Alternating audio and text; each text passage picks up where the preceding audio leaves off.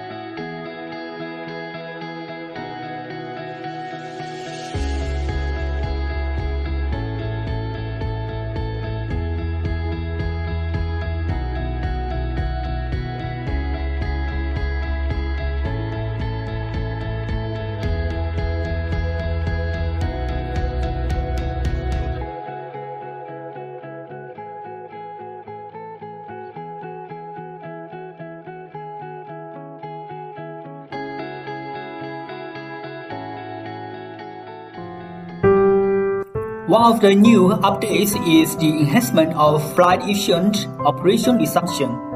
When this function is turned on, it will find the best stop point or the best route to go back to the task, which is meaningful for saving battery level and also having a high efficiency. This function is helpful for you when you would like to change your battery or refill the liquid. The test here shows it can prominently save the battery level and time.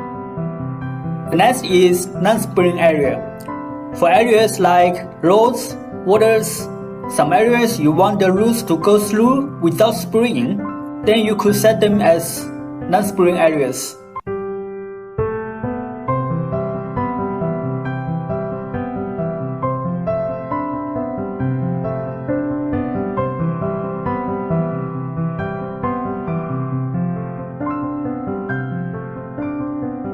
But you have to know, non-spraying area is different with the obstacle areas as it shows here, so please note that.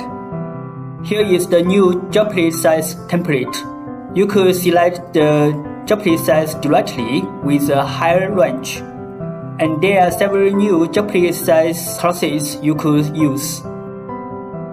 New firmware also supports DJI relay. In some scenarios like tall crops, fruit trees in the mountains, DJI relay can enhance the signal between the remote controller and the aircraft, which could make the users safely operate the DJI Agriclture.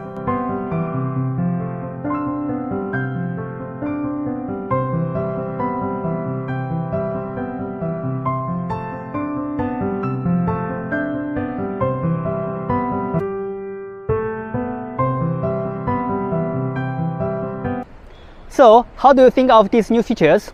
Let's update it soon.